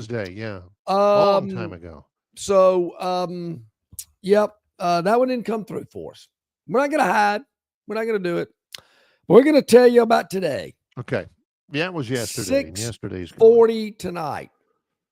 6:40, where we have the home team, the Milwaukee Brewers. He's been a big Brewers guy. Catching $1.20. They're plus 120, taking on the Los Angeles Dodgers. And I know what you're thinking. Wow, man, the Dodgers are the best team out there. What are you talking about? Why are you doing that? Which side? How's he seeing this? Oh, I'm taking the dog. I'm taking the home dog. I'm taking Milwaukee plus 120 in the game tonight. Yeah, I know that the Dodgers are 56-35, got a 7-game lead over the Padres and the Giants, but hey, Milwaukee's not chopped liver. They're just 4 out of the league in the National League Central at 50-40. But people are saying Phantom. Of course, you know that Yoshinobu Yamamoto is having a pretty good year. He's won 8 games already. He's not bad. But John, but the Phantom says, but the Brewers are throwing Freddie Peralta. Freddie has started out 9-2 with an ERA of less than 3. And the Phantom has told me before that betting baseball, the vast majority of it is betting on the pitcher. You're betting on the pitcher. The Brewers is having a very good year. So that's a solid pick. I like so that. That's kind of how, LA had to fly basically cross country after their game yesterday against Houston, a game in which the Astros won 5-1. So we like that going in to the game as well. We think that was good. Milwaukee's coming back from beating the Marlins yesterday. So, I like this Monday game in Milwaukee. I like the pitching matchup. Plus, I like the fact that I'm catching 120. So I'm taking Milwaukee plus 120, 6:40 tonight against the Dodgers. Now, I don't know where you're going to watch this game. Not too sure myself. I don't know where you're going to see it unless it's, the whip around on MLB Network, which I like because they don't they give it all to you in about a minute. This is Which great. is right down John's alley. Yeah, you don't have to concern yourself with the Braves because they don't play tonight. The Good for them. Open up, the Braves can't lose tonight. Braves will open up a series in Sacramento, where the Oakland A's, who are building a $2 billion baseball park on the Strip in Las Vegas, but it won't be ready till next year.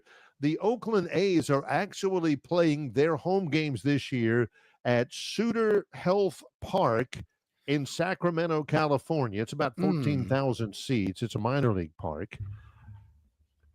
And the Braves are trying, they'll play tomorrow night. They don't play tonight.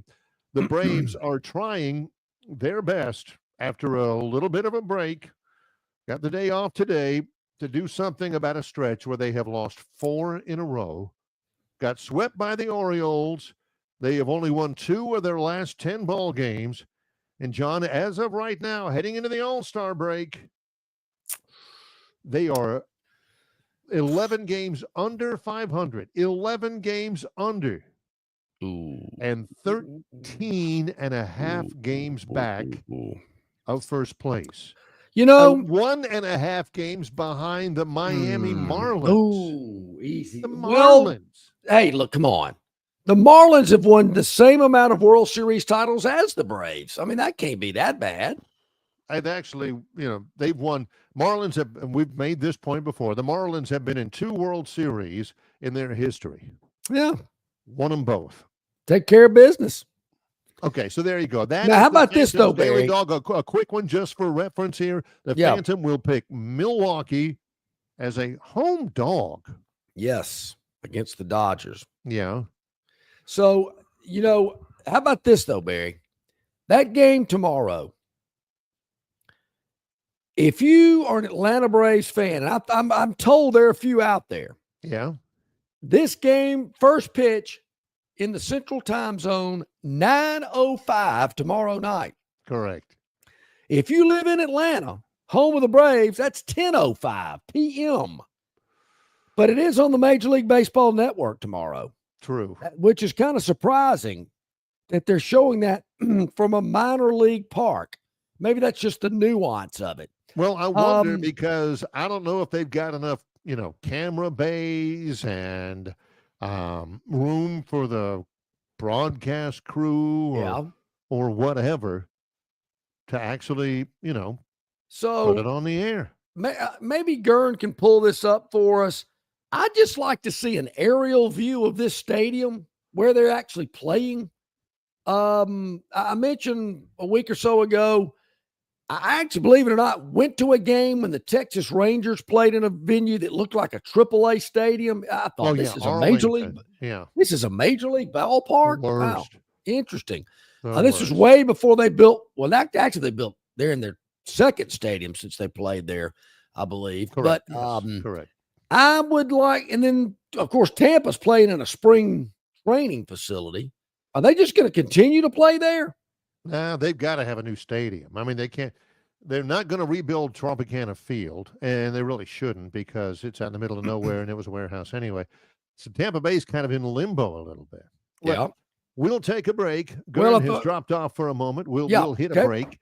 50-50 on whether we'll have the Victoryland 777 Topic Wheel, but we got more to come in just a moment. In association with Yellowhammer News, it's Longshore and McKnight, presented by Bud Light.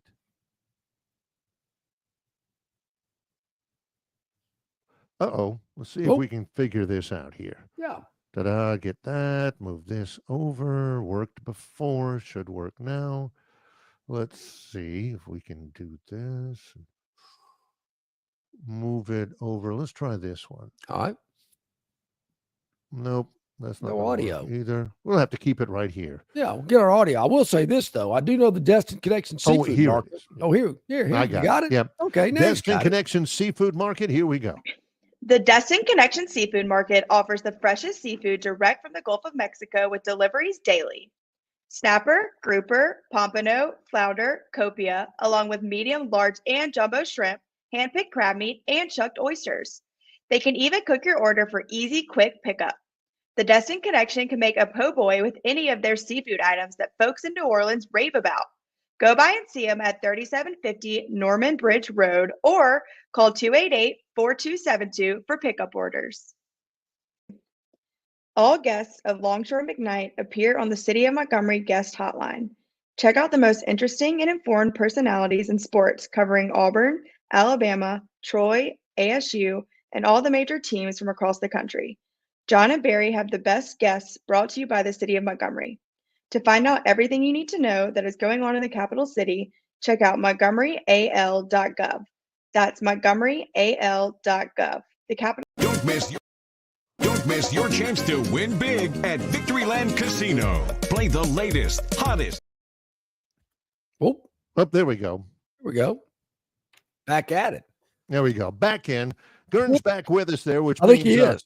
Yep. Which means it's good to go from here on out. And we're probably the odds of us loading up the Victoryland 777 Topic Wheel are about 1,000% better now that Gern is back in the mothership there. So when will the A's be in Vegas? How long are we talking it's here? It's supposed to be next year. It's supposed to be next year. But again, the thing's $1.5 million. They just broke ground on it. So I have my doubts, but hey, it's Vegas. They can throw up a structure. They can. Than anybody. It just hit me. I know I've told this before. I believe I have. The late great Rich Clamian, who joined us so many years ago, probably one of the first handicappers we ever had on our program. Yeah. From Vegas. Had lunch with him many a time when I would go out there. One day we were having lunch. He said, "I want to show you our ballpark." Vegas, I guess, still does have a AAA team in Vegas. Yeah. The Aces, maybe, I think were their name. Las Vegas Aces or something, maybe. You're probably right. And for a minor league ballpark, it was pretty dadgum nice, as you would expect. Kind of off the strip a little bit. And I thought, man, how many people come out here and watch minor league baseball in Vegas? A, it's hot. It's dry heat, but it's hot. But you got so many other things to be doing. Yeah, you got 1,000 other things you can be doing to entertain yourself. Here we go. All right. Our Victoryland 777 Topic Wheel. If you're newbies, this is curated by our producer, Gern Jr. He comes up with some really good stuff. We don't know what it is. No. We are just spitballing here, at least originally. And it's all brought to you by Victoryland 777 Casino. Oh, this was good. I did see that. Yes, it is. The manager of the Mets, his name is Carlos Mendoza. He's arguing balls and strikes here. Let's see if we can get this. Gern's struggling. Another Spanish strike ball from John Bacon. We're Carlos Mendoza's ire. Yeah. He's having He's arguing from the bullpen. Yeah, he's arguing from the dugout. There we go. Yeah, Bacon. The home plate umpire, John Bacon made a brutal call, and they chirped a little bit. Then the next pitch was an even more brutal call. And he comes out there, and he's screaming, and he gets the quick hook. And then he starts kicking dirt on the umpire's feet and starts screaming at him. This would be irritating. The other, like the first base umpire, will walk over there, and here he comes to the right. He'll walk in there, and he'll get between them, which ticks him off even more because he hadn't had his say and everything. Yeah. So now, don't get me wrong. The home plate umpire, John Bacon, missed 2 consecutive pitches, and they were brutal. So he probably deserved to get a little tongue lashing there, but you can't argue balls and strikes, and so they toss him out of there, and then he goes. I've asked this question before. I still have not gotten a very good answer. Why are football officials a little bit more lenient? They'll sit there and take it. They'll let the head coach vent. I don't know what type of language is going on, but man, these baseball umpires have got short fuses. Like they're the star of the show. And I know baseball is always kind of played off of, the manager goes out there. Billy Martin used to go crazy and kick dirt. Bobby Cox had his moments for sure. Yeah, I'm thinking, is this just part of the shtick? I mean, really? Well, it ties in with the same reason, and one of the questions John has asked before, why do baseball managers get to wear the uniform? Because Bruce Pearl would look funny in a basketball uniform walking down the sidelines. I don't think you'd ever see Kalen DeBoer walking down the sidelines in Tuscaloosa with hip pads, thigh pads, shoulder pads, although he dressed better than he dressed last year. But baseball managers can. And part of it is because baseball managers are the only head coaches, or were the only head coaches, who could actually go out onto the field.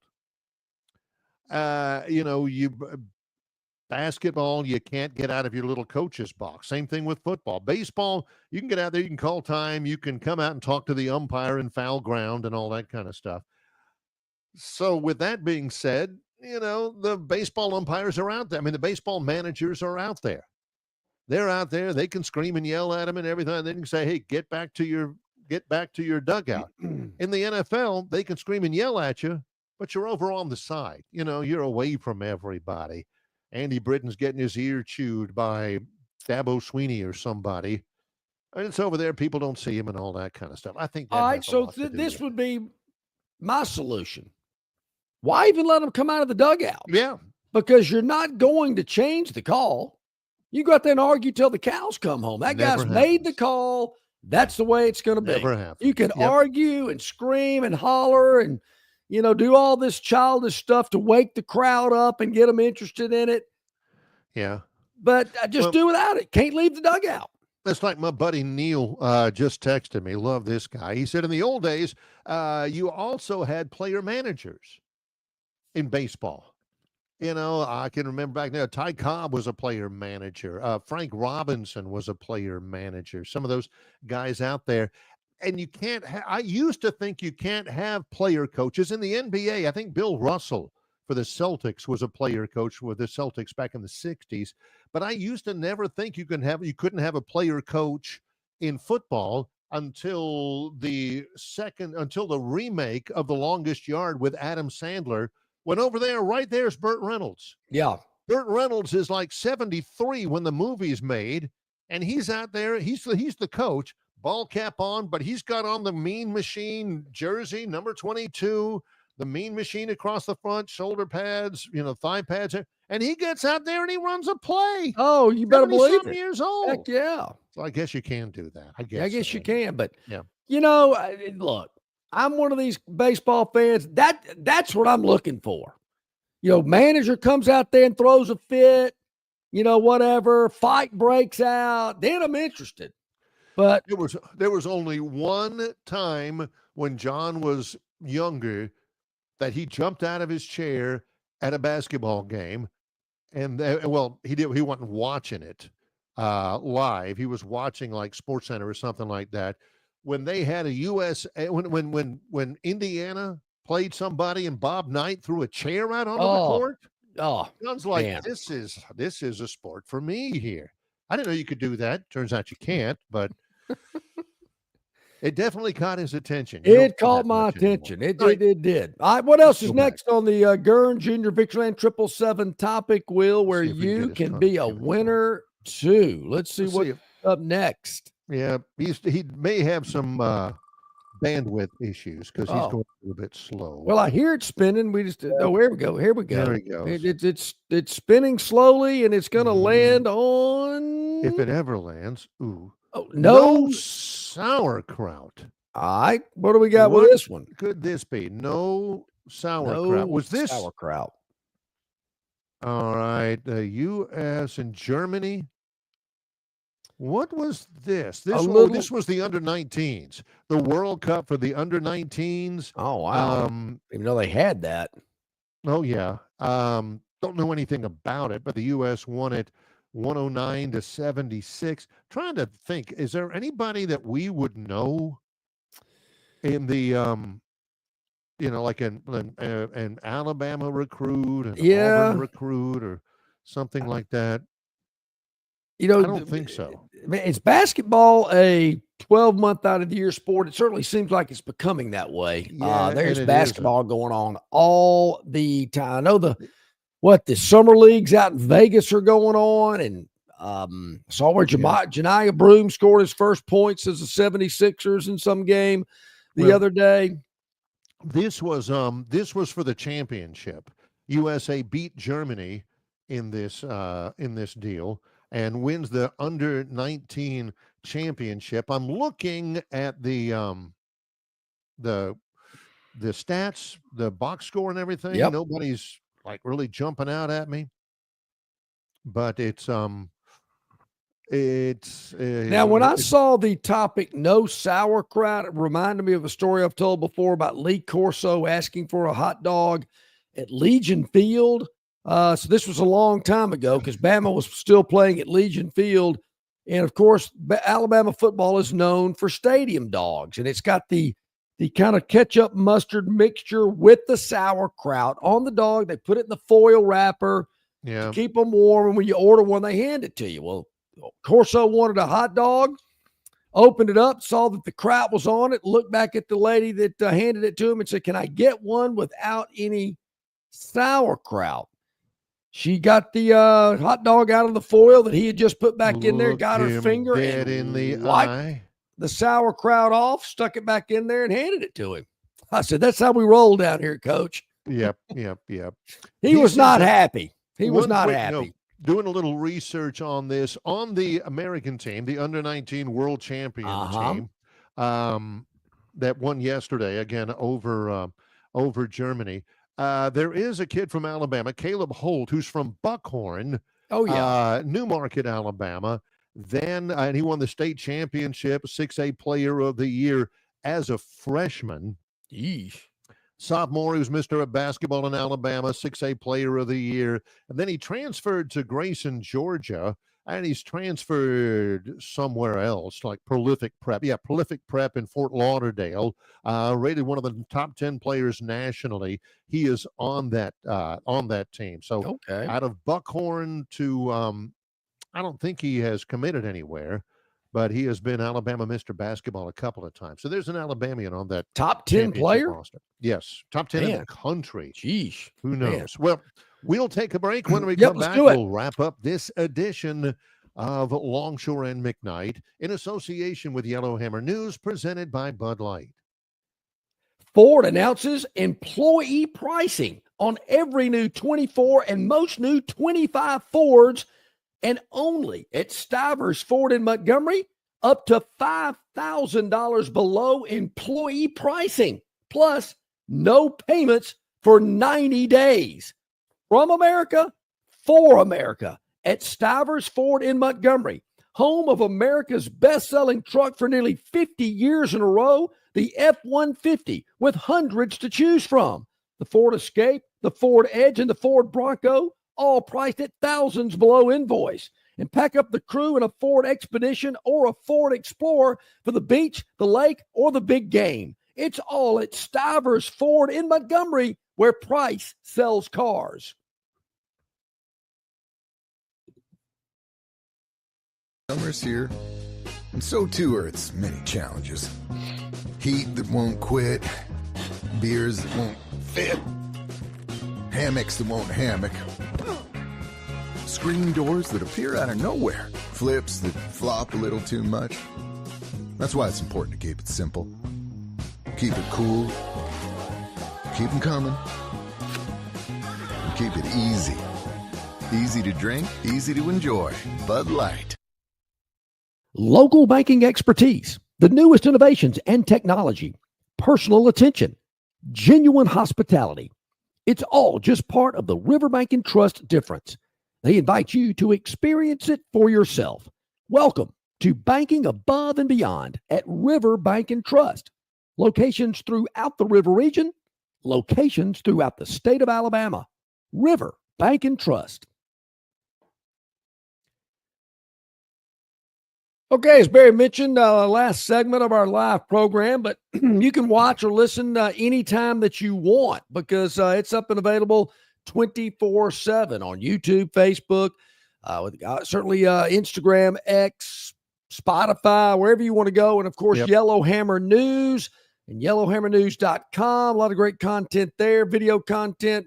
That's right up about the show each and every afternoon. Check it out, yellowhammernews.com. You'll see the Longshore McKnight box, and just click that and you'll be good to go, and you'll know everything, and you'll be up to date about what we're doing here on the program. All right, I know we have 4 more topics left on the Gurn Jr. Victoryland 777 Topic Wheel. You can be a winner, too, at Victoryland, exit 22, off I-85 in Shorter, Alabama. Let's see what we got. WD-40, what is that? What do you call it? The 3-in-1 oil, something like that. Happy birthday. Whoa, okay. Shohei Ohtani, 31 years old. He is pitching as well now.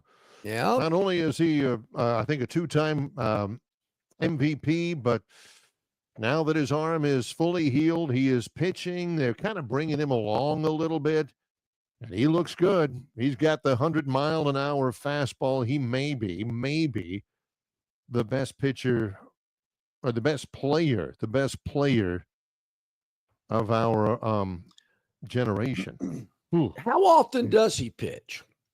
See, that's the thing. I mean, normally his when he was in Japan, he was a starting pitcher, and he was the best starting pitcher in the Japanese leagues, and he's the best hitter in the Japanese leagues. And he began when he signed with the Angels, he came in, as a starter, but they haven't been using him there. Again, I think they're kind of bringing him along slowly and all of that. But he's got the big fastball.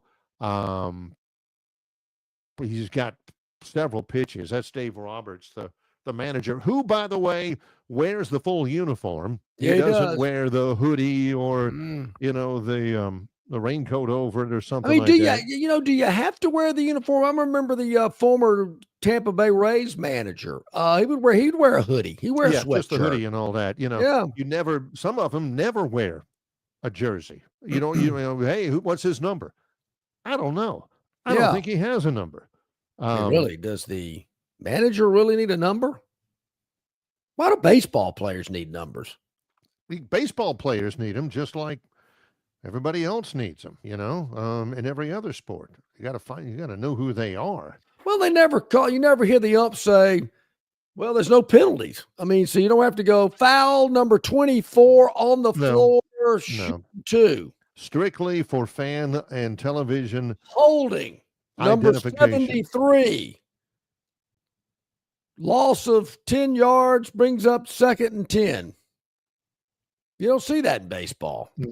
No. And then some of these numbers on baseball players' jerseys, pitchers shouldn't wear number 84. You should never wear a number like that. Anything over 55, you shouldn't have. Double nickels. Eric Gagne. Was it Derek Jeter that wore 99 or Yeah, I mean, come on. I don't know. I don't like it. All right. Let's go. I got 3 more to go on the Gurn Jr. Victoryland 777 Topic Wheel. Exit 22 off 85. Look at that thing is spinning now. Good job, Gurn. Woo, that thing well, is we loose. were talking. Gurn was back there with a ball peen hammer and some ball bearings and got this thing fixed. Stirring pots. That's what John does. That's his job. Yeah. What are you talking about? Oh, here we go. Oh, Lane Kiffin. If somebody talks about pot stirrers, the 2 names always come up in my head. John Longshore, Lane Kiffin. Lane Kiffin. Let's see. Looks like Kiffin's at a gas station in a minivan here. This is Freeze. Freeze post. He says, great time at the annual Ryder Cup between MMCC and BCC at Sage Valley. The cup comes home to Auburn this year. Great times. Did he play a whole tournament over the weekend? Where is Sage Valley? Is that right? Is that Moore's Mill? Moore's Mill taking on MMCC must be Moore's Mill. What is BBC?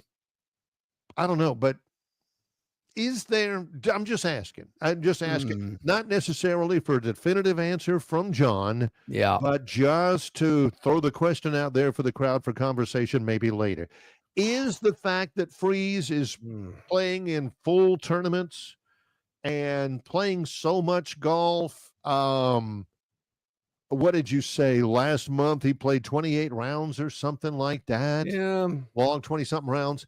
Is there any relationship at all, do you believe, between the frequency of Hugh Freeze playing golf and the number 86 ranking of the Auburn recruiting cycle? No, that's a good question. I don't know. Is that really a thing? Is him playing all that golf hurting recruiting?